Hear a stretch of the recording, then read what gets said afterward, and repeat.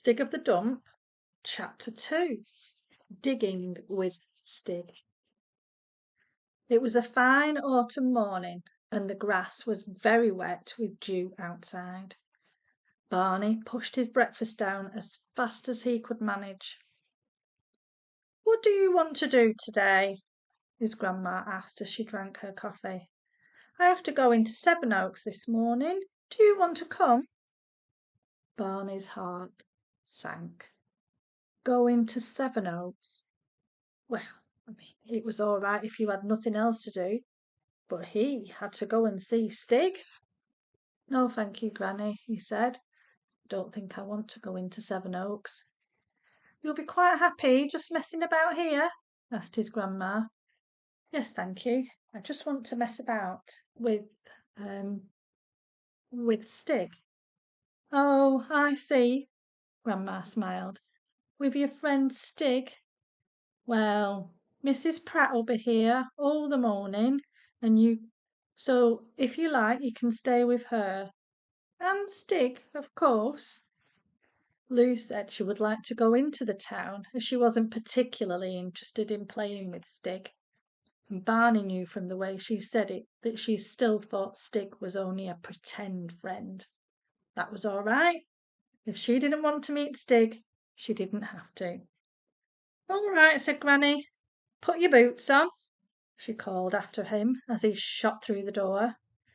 Barney's feet made dark prints in the dew as he headed across the lawn towards the chalk pit. And then he stopped and stood still in the middle of the lawn. Suppose he didn't find Stig after all? The sun was bright. Yellow leaves fluttered down from the elm tree onto the grass. A robin puffed its breast on a rose tree and squeaked at him. Barney wasn't sure that he believed in Stig himself. It wasn't a Stiggish day like yesterday when he'd fallen down the pit. He had fallen, hadn't he? He felt the bump on the back of his head. Yeah, that was real enough. He'd fallen and bumped his head. He didn't want to fall over the cliff again on purpose and bump his head again. Was Stig a person you could just go and play with, like the children at the end of the road at home? We had to find out. But he didn't want to go to the chalk pit and find nothing. He stood with his hands in his pockets in the middle of the lawn, his fingers playing with something hard in the left-hand pocket of his jeans. He remembered something and pulled out the thing he had in his hand. Of course, the flint. He looked at it glinting in the sunlight, like a black diamond with its chipped pattern. He'd seen Stig make it. There was no mistake about that. Of course, Stig was real. He set off again at a run, climbed the fence into the paddock and waded through the long wet grass to the other side. The copse round the edge of the chalk pit looked dark beyond the sunlit grass. In the middle of the paddock he found himself slowing down and stopping again. Something at the back of his mind was telling him that he'd seen pictures of chipped flints in books and real ones in museums, and that they were made thousands of years ago by rough people who weren't alive any longer. People found them and put them in cases with notices on them. Perhaps he'd just found this one and imagined everything else. And supposing he hadn't imagined Stig, was he the sort of person who liked people coming to play? Well, he told himself, all he really wanted to do was look at the place where he had fallen over yesterday, have another look down the dump. There was that bicycle, anyway. He walked to the edge of the paddock. A clump of brown grass jumped up from under his feet and bounced away to a bramble patch, showing a white tail and two long ears. Barney's heart bumped, but it was only a rabbit. He ran after it, but it had disappeared into the thick of the undergrowth. Feeling a bit bolder, He climbed over the fence and went carefully towards the edge of the pit, making sure this time that he kept near a big tree that seemed to be well anchored to the side, and he peeped over. He could see the patch of raw earth and white chalk where the ground had given away under him, and the dangling creepers lower down, and a scatter of broken chalk at the bottom. He craned over to see the hole he had made in the roof of the den. There was a pile of branches and rubbish against the foot of the cliff, but no gaping hole. Not a sign of a hole, of a roof, or a den, of a Stig. He listened. A blackbird, turning over dry leaves in search of worms, was making a noise much too big for itself. But apart from that, the pit was silent and empty. Barney walked away from the edge of the pit and climbed over the fence into the sunshine of the paddock, thinking hard. He looked at that stone in his hand and felt the bump on his head. He'd seen the raw patch where the ground had given way. He remembered crashing through a sort of a roof and leaving a big gaping hole, and yet there wasn't a hole, so he couldn't have made one. But he must have landed somewhere, and he had a clear picture in his head of looking up through a hole in the side of the cliff and seeing the clouds passing over in the sky. Suddenly, as he stood in the middle of the paddock, he gave a big jump as the answer came to him, a bit like getting a sum right in maths. If there wasn't a hole, it was because someone had mended it. Stig wasn't the sort of person to leave a large hole in his roof for long. Not Stig. All at once, everything fitted together. Yesterday's adventure, on that Stiggish sort of afternoon, the bump on his head, the flint, and this bright autumn morning when he was going to visit his friend Stig. And he was quite clear in his head now what he was going to do and how he was going to do it. He set off running to the garden. Presents for Stig. When you visited people this time of year, you always brought something from the garden. Tomatoes you couldn't bottle, or apples you didn't have room to store. He looked around the big old apple tree for windfalls. There were some big ones, difficult to manage without a basket, but he stuffed them into his shirt, making sure there weren't any wasps in them first. What else? He saw a line of carrots, his favourite fruit. He was allowed to pull up carrots, they were good for his teeth, so he heaved up a few good-sized ones and rubbed the earth off with his fingers. Then he had an idea and ran to the tool shed where he found a ball of garden string. It was all right just to borrow it. Back he ran again across the garden, over the fence, across the paddock, over into the copse and through the brambles and dead leaves to the edge of the pit. He sat himself comfortably on the trunk of a tree that carved out over the pit like the neck of a camel, and looked carefully again at what he could see. There was the broken edge of the cliff. There were trailing creepers. There at the bottom were scattered lumps of chalk that had come down with him. And now that he was really looking at it, he could see a piece of new linoleum. Well, not exactly new. Nothing in the dump was new, but it looked as if it had been put there not long ago because it wasn't covered with moss, like things that had been there for a long time. And he could see at one side of this pile of branches and things, that was Stig's lean-to roof, a faint path in the bottom of the pit that led to the front of the den.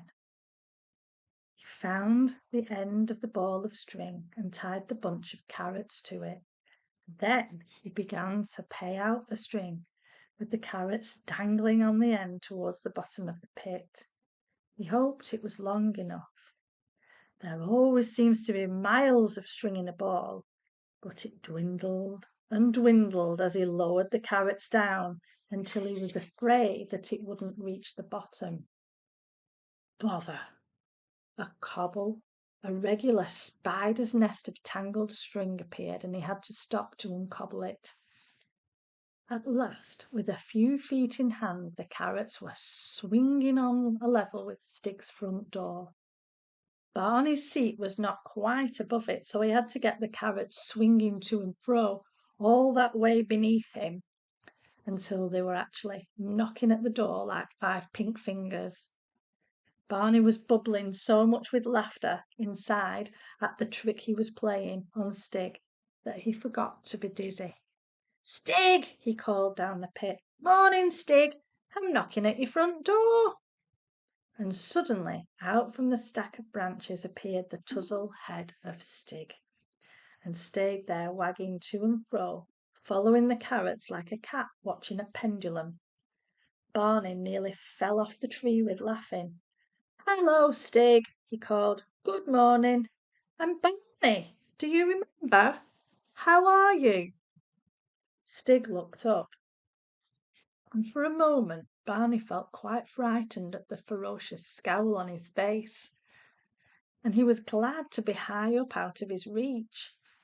Should he have played a trick on Stig? Perhaps he didn't have what the grown-ups called a sense of humour. Did Stigs have sense of humours? But when Stig came out, who it was sitting above him, his face suddenly changed. His big white teeth showed in a broad grin. He waved both his arms over his head, and he jumped about in the bottom of the pit to show how pleased he was. "Have a carrot, Stig," called Barney. "For you," he said, pointing to Stig. "To eat," he added. "Good for your teeth," he said, making biting movements. Stig leapt at the carrots as they swung past, caught them, looked at them closely, smelt them, then put one in his mouth and crunched it. He looked up at Barney, smiling with his mouth full to show that he liked his present, then made signs which clearly meant that Barney was to come down. "Well, I'm not going to jump this time," said Barney, "and this string's too thin to climb down. I'm going round," he said, making circling movements with his arms. He got off his perch and walked the long way round to the top of the pit, to the shallow end where he'd got out the night before. It was more difficult finding his way to Stig's den along the floor of the pit than it had been finding his way out the night before. The dump looked quite different, more cheerful, with the sunlight pouring down through the golden autumn leaves, and the ash and sycamore seeds twiddling down from the trees on top. But the tail of the aeroplane was actually only part of a farm machine, and the ship's helm was really a broken cartwheel. There was the bicycle too, just a rusty frame with bits of brake hanging onto it. Never mind, he'd found something much more interesting, and he'd seen it and spoken to it in broad daylight. A real live Stig, and he was going to visit him. That's if he could find his way among these giant nettles. Suddenly there was Stig, coming to meet him, straight through a nettle patch, as if stings meant nothing to him. Barney stopped. What now? Shake hands? Rub noses? Perhaps not. He remembered the apples he'd stowed inside his shirt, and took one out and held it towards Stig on the palm of his hand, as if he was trying to make friends with a horse. "I hope you like the carrots, Stig," said Barney. "Have an apple." Stig took the apple quite politely between finger and thumb, not between his teeth as Barney somehow had expected him to, and sniffed it. Barney took out another apple for himself and bit into it. "Good," he said. "Delicious." Stig took a bite, seemed to like it, smiled, and they both started walking towards the den, munching their apples. Stig just blundered through the nettles as far as Barney could see. They stung him and raised bumps as they did on other people, but he just didn't seem to care. Barney himself avoided the nettles as much as he could. He got stung once or twice, but decided not to make a fuss about it. Stigs don't like mind stings, he thought, so he'd better not either. Stig led the way to the den. Barney noticed several dumps of new white chalk near the path, and remembered the new tunnelling he'd seen yesterday, and the baby's bath full of chalk.